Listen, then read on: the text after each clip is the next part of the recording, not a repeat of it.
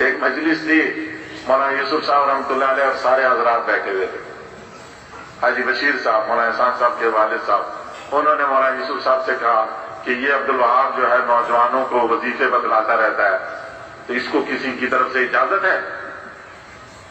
اس کو کسی کی طرف سے اجازت ہے کہ یہ ہر ایک کو وظیفہ بتلاتا ہے، یہ دعا پڑھ لو، یہ پڑھ لو، یہ پڑھ لو؟ تو مولانا یوسف صاحب رحمۃ اللہ علیہ نے فرمایا میری طرف سے اجازت ہے.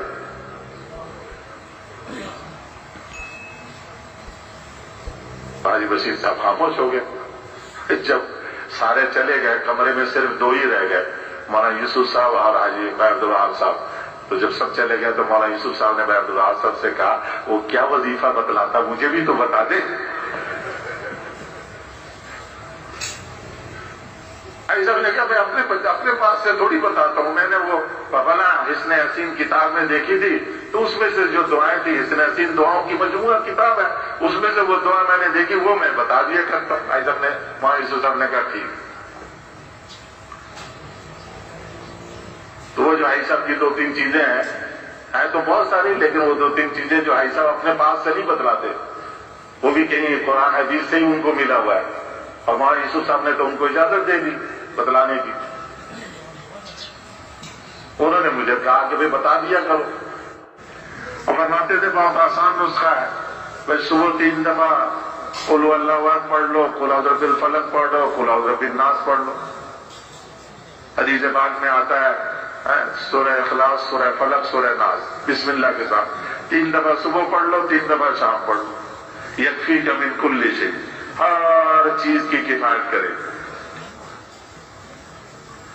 کسی صاحب نے کہا وہاں مدینہ منورہ میں ہم گئے تو وہاں کے بہت پرانے ساتھی جو ہے عبدالشکور بخاری صاحب فراش تھے، تو حاجی صاحب عیادت کے لیے گئے تو کہنے لگے کہ حاجی صاحب نے ان سے کہا کہ تم زمزم پیا کرو. دیکھو میں زمزم پیتا رہا اور اب میں ویل چیئر کے بغیر ایسی سیڑھی چڑھ کر آ گیا تمہارے، کہ ماں زمزم لما شوری والا. حدیث میں آیا کہ زمزم جس مقصد کے لیے پیا جاتا ہے وہ مقصد پورا ہو جاتا. تو وہ صاحب حاجی صاحب نے فرمایا کہ یہ عبدالشکور بخاری وہ آدمی ہے جس نے مدینے میں سب سے پہلا شخص کے اثر سے عشاء وقت دینا شروع کیا. حالانکہ وہ تاجروں کا بڑا تاجر وہ، اور تاجروں کا سب سے مشغول وقت وہ ہوتا ہے، وہ وقت اس نے مسجد کو دینا شروع کیا. جب ہم نے اس کی ترغیب دی کہ وہ اثر سے وقت دینا شروع کرو، تو پہلا آدمی مدینہ منورہ میں یہ ایسے کام کیا ہے بہت. تو وہ فوراً بولے کہ جی یقین کہاں سے لاؤں؟ حاجی صاحب نے کہا تم سب سے پہلے یقین کے لیے پیو کہ اللہ مجھے، میں یقین کے لیے پیتا ہوں، ماں زمزم شیوا شریبا. تو جو کہتے ہیں نا کہ جی یقین کہاں سے لاؤں، جب حدیث میں آئے یکفیک من کل شیء، ہر چیز کی کفایت کرے گی، تو یقین کے لیے بھی کفایت کرے گی. حاجی صاحب کہتے تھے چل پہلے یقین کے لیے پڑھ کہ اللہ میں یہ پڑھ رہا ہوں میرا یقین بن جائے، اس لیے پڑھ رہا ہوں.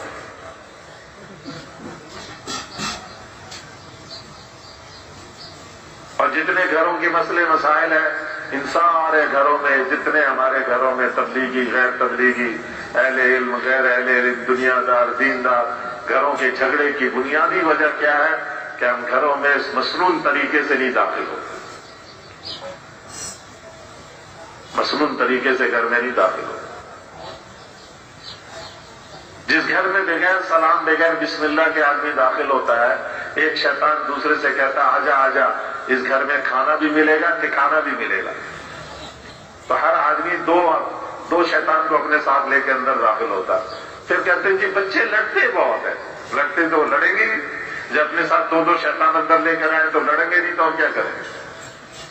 اس لیے گھروں میں عورتوں کو نگرانی. حاجی صاحب رحمۃ اللہ علیہ فرمایا حدیث پاک میں ہے کہ جو سلام کر کے گھر میں داخل ہوتا ہے تو اللہ تعالیٰ اس کے لیے وافر رزق کا فیصلہ کر دیتا ہے. اور ایک حدیث میں ہے کہ حضور نے فرمایا کہ گھر میں کوئی نہ ہو تو بھی سلام کرو، اونچی آواز سے سلام کرو. اگر گھر میں کوئی نہیں ہے تو فرشتہ تمہارا سلام مجھے پہنچا دو. اور اگر کوئی مقروض ہے، جتنا بھی قرضہ ہے، گھر میں داخل ہوتے ہوئے سلام کریں، درود شریف پڑھ لے، کوئی سا بھی چھوٹا سا صلی اللہ علیہ وسلم، یہ بھی درود ہے، اور بسم اللہ پڑھے اور سورہ اخلاص پڑھے، حدیث کی کتابوں میں موجود ہے۔ وہ کہتے ہیں ضعیف حدیث ہے بعض، لیکن علماء کہتے ہیں کہ اس موقع پہ اس کے عمل کرنے میں کوئی معنی نہیں، اگر ضعیف ہے تو بھی اس سے کوئی مسئلہ ثابت نہیں کر رہے، اور جب لوگوں کو فائدہ ہو رہا تو پھر یہ کیا کہنا کہ ضعیف ہے اس لیے چھوڑ دو۔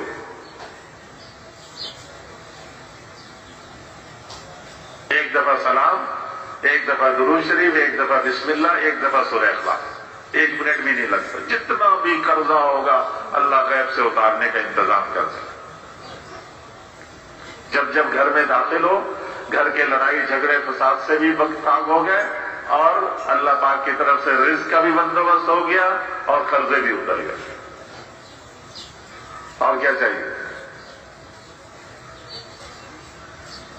اور ایک درود شریف عیسیٰ فرماتے تھے صلی اللہ علیہ سیدنا محمد وآلہ وسلم۔ مخدوم حازم شندی رحمۃ اللہ علیہ کی کتاب ہے ذریعۃ الوصول، اس میں ہے یہ درود شریف۔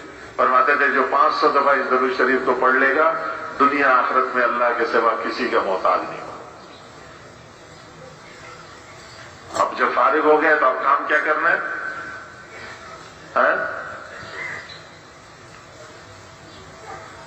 جب فارغ ہو گئے تو اب کام کیا ہے؟ ابھی تو سارا کام بتلایا، وہ کام ہی بھول گئے۔ بھائی صبح سے شام تک اللہ کی طرف لوگوں کو بلائیں گے، بس باقی کام کا انتظام تو اللہ نے کر دیا۔ 10 20 25 منٹ کے لیے، گھنٹے کے لیے کوئی دنیاوی کاروبار بھی کر لیں گے تاکہ کسی کو موقع نہ ملے کہنے کا، جو عائشہ فرماتے تھے۔ باقی جب جو ضرورت ہوئی اس کے لیے عمل کر لیا۔ مولانا انعام صاحب رحمۃ اللہ علیہ سے پوچھا بھائی صاحب نے کہ ذکر سے مقصود کیا ہے؟ مولانا انعام صاحب نے فرمایا صبح سے لے کر شام تک اور شام سے لے کر صبح تک موقع موقع کی جتنی مسنون دعائیں ہیں یہ سب ذکر کا حصہ ہے۔ ہم نے ذکر سمجھا کہ صرف 3 تسبیح پڑھ لو، صبح 3 تسبیح شام، نہیں، قرآن پاک کی تلاوت روزانہ پابندی کے ساتھ، اور صبح شام کی تسبیحات، اور صبح اٹھنے سے لے کر رات سونے تک، اور رات سونے سے لے کر صبح اٹھنے تک جو موقع موقع کی مسنون دعائیں حضور صلی اللہ علیہ وسلم سے ثابت ہے، یہ سب ذکر کا حصہ ہے۔ اور یہ ساری مسنون دعائیں حسن حسین ہے، محفوظ۔ یہ جو موجودہ حالات ہیں، بیماریاں ہیں، وبائیں ہیں اور شکلیں ہیں، جو فسادات ہیں، ان سب سے بچاؤ کا بہترین حفاظتی قلعہ حضور صلی اللہ علیہ وسلم کی بتلائی مسنون دعائیں۔ اس لیے ان مسنون دعاؤں کا اہتمام گویا کہ ذکر کا اہتمام ہے۔ مولانا انعام صاحب رحمۃ اللہ علیہ ہمارے حضرت جی تیسرے وہ فرمایا کرتے تھے کہ موقع موقع کی مسنون دعائیں یہ ذکر کے اندر شامل،